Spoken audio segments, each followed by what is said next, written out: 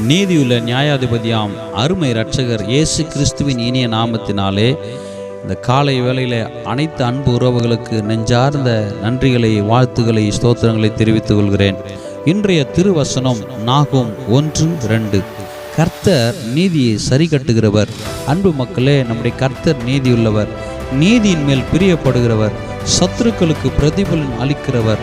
பழி வாங்குதல் நம்முடையது அல்ல, அது கர்த்தருடையது. யுத்தம் கர்த்தருடையது.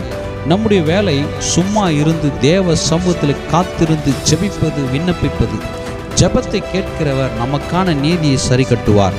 கர்த்தர் மேல் பாரத்தை, பிரச்சனைகளை எல்லாவற்றையும் தெரியப்படுத்துவோம். அவரே ஆதரிக்கிறவர், தள்ளாட விட மாட்டார், தாங்கி நடத்துவார்.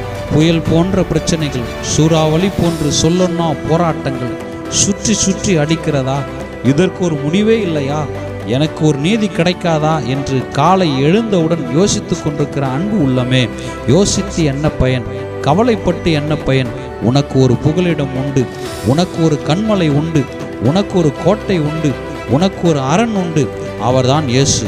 அவரை நோக்கிப்பார், உனக்கு மகாபெரிய விடுதலை உண்டு.